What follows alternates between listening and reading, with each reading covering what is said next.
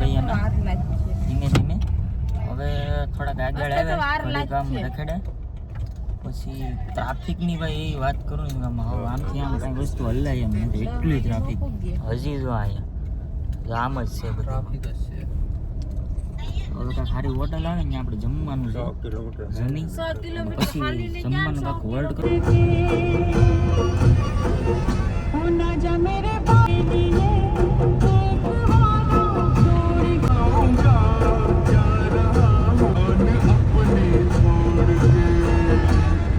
તો ભાઈ જો એક મસ્ત મજાની હોટલ લીધી આપણે ત્યાં જો આપણે પનીર ટીકા કાજુ કરી જમવાનું આવી ગયું બધા જો જમવા બે ખાઈ લ્યો હાલો મસ્ત સરસ મજાનું જમ્યું પછી નીકળીએ ઓન ધ વે તો ભાઈ જો ચોટીલાનો ડુંગર દેખાય અહીંથી જો લગભગ 4-5 કિલોમીટર રહ્યો સામે જો લાઇટો દેખાતી હોય થોડી થોડી ચોટીલા બુકુ થઈ ગયા છે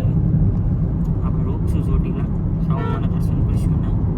નીચેથી ડુંગરો તો અત્યારે બંધ થઈ ગયો હોય વાંધો નહીં ચડી નાખે જાય ચોટીલા રોકીએ સરસ મજાનું સમજી તો ભાઈ આપણે અહીંયા સાઉન્ડમાં નીચે દર્શન કરી લીધા જો સરસ મજાનું મંદિર છે જય સાઉન્ડમાં શાંતિથી પુકાડી દેજો માં આપણે જરો સાઉન્ડમાંનો સામો ડુંગરો આપણે 1-2 વાર લગભગ 2-3 વાર ચડી ગયા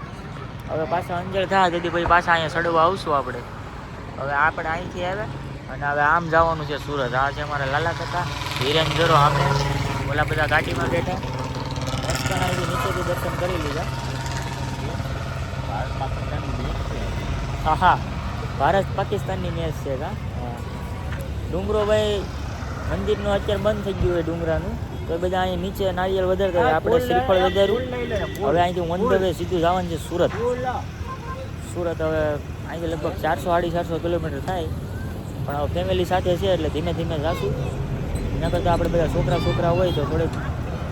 સિવેટ હોય હાંકવાની પણ ફેમિલી હોય એટલે ધીમે ધીમે હોય કાંઈ વાંધો નહીં ભાઈ બ્લોગમાં બને રહેજો કન્ટિન્યુ કાંઈક હોલ્ડ કરશું ને મસ્ત મજાનો પાછો તમને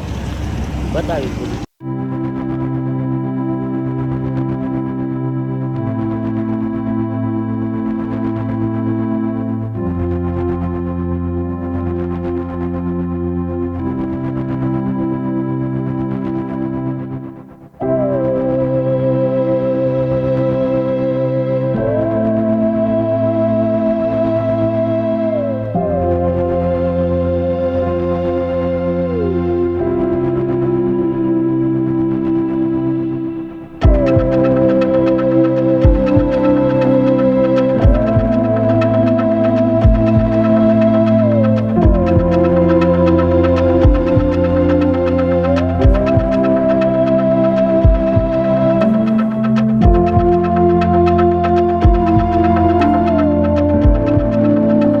મિત્રો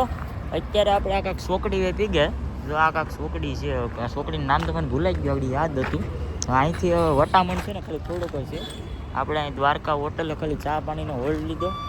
ચા પીધી માવો ખાધો મસ્તનો હવે કિરણભાઈ આવેલો જ છે એ અહીંયા કાંક તારાપુર પૂગું છે વાંધો નહીં અમે તારાથી 50 કિલોમીટર છેટા છે એટલે આંબી લઉં મેં કીધું ચા પીવું ના બે ઘડી એટલે તારાપુર જઈને હું બેહું નથી વાંધો નહીં ના બેઠો ઉર્વી સાબેન જો મારે બહાર નીકળ્યા હા આપણી ગાડી હવે હિરેનભાઈ આગળ આવે માવો લે જરો અમે ધીમે ધીમે મસ્ત મજાની ગાડી હાંકતા જઈએ હવે વાગવાની વાત કરું તો અત્યારે 11 વાગવા આવ્યા આપણે સુરત છે ને ભાઈ લગભગ 11, 12, 1, 2, 2:30 ગાળા પૂગી જાઉં થોડાક ધીમે જાઉં તો પછી 3 વાગી જાય આમ તો ધીમે ધીમે જાય 90 હો 80-90 હો એટલે આપી તો રાજી નથી આપતા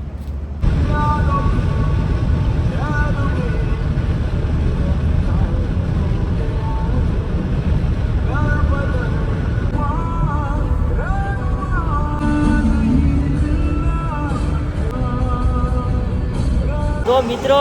અત્યારે આપણે વારસદ બેઠા અને હવે અહીંથી છે ને આપણે સીધો નેશનલ હાઈવે દિલ્હી વાળો નેશનલ હાઈવે ચડી જવાનો છે આગળ આપણે હજુભાઈ ને કિરણની 2 ગાડી લઈને મળી ગયા તો ખરી ફોન કરીને લોકેશન મારીને જરો અહીંયા એફજેડ લઈને આવ્યો એ 2 હવે આપણે અહીંથી જાજુ નથી કાંઈ 150 કિલોમીટર રહ્યું ખાઈ લીધું તમે હજી બાકી છે વાહ વરતના ફાટિયા વાહ ચા ને બિસ્કિટ નહીં કાંઈક સારી હોટલ આવે ને જમી લેવાનું હોય. પણ તમે હોટલ ગોતવામાં આવે ને આગળ આવે એમ અમારે 9:30 હોટલોમાં એવું થાય કે આપણે 80-90 ઉપર જતા હોય ને તો હોટલ ત્યાં જાય પછી રોકાય થોડી અને આગળથી ખબર હોય ને તો આપણે ખબર પડે કે હોટલ આવે હાલો ધીમી પાડી કાંઈ નહીં ભાઈ હવે ધીમે ધીમે જઈએ આગળ પછી આપણી નેશનલ હાઈવે ચડાવી દઈએ હવે સીધા સુરત હવે 150 કિલોમીટર એ કાંઈ ઊભો નહીં રહ્યો. ભાઈ જો હવે આપણે દિલ્હી નેશનલ હાઈવે ઉપર ચડી ગયા છે ગાડી જાય છે હવે ઓન ધ વે કાંઈ નહીં એમને એમ હાલી જાય ભાઈ ઘટે હવે હા આવા રોડ જોઈએ હા તમને સીધો મુંબઈ લઈ જાય દિલ્હી મુંબઈ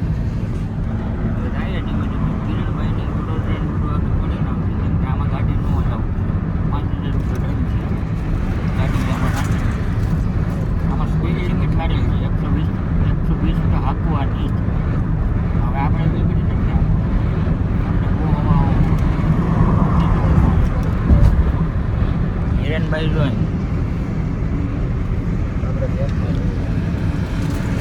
તો મિત્રો આપણે નેશનલ હાઈવેમાં ડીઝલ આપણે અહીંયા પંપ આવી ગયો પુરાઈ લઈએ ભાઈ સારું છું કેમ કે રેન્જ પણ ઘટી ગઈ હતી ને લબુક ઝબુક કાંટો થવા માંડ્યો આપણે દેહમાં પીરાવ્યું હતું એ પછીનું આપણે અહીંયા પીરાવ્યું જો હવે અહીંયા આપણે મસ્ત મજાનું પૂરી દઈએ હજી સામે બંને જો આવી ગયું અહીંયા જો સારું પીયું નકર યાર આગળ હેરાન થઈ જાય બહુ હેરાન થઈ જાય કેમ કે આ નેશનલ હાઈવેમાં કંઈ વસ્તુ ન આવે પાણીની બોટલ તમને ન મળે એનું પેન્ટિંગ આવે નહીં ને ત્યાં સુધી રેસ્ટ એરિયા પંપ આવી ગયો 16 કિલોમીટરે વાંધો ન આવ્યો. ચાલો હવે ડીઝલ જો આપણું પીરે જોરદાર ને હિરેનભાઈ છે ને આમ જો પાણી ભરવાઈ ગયા છે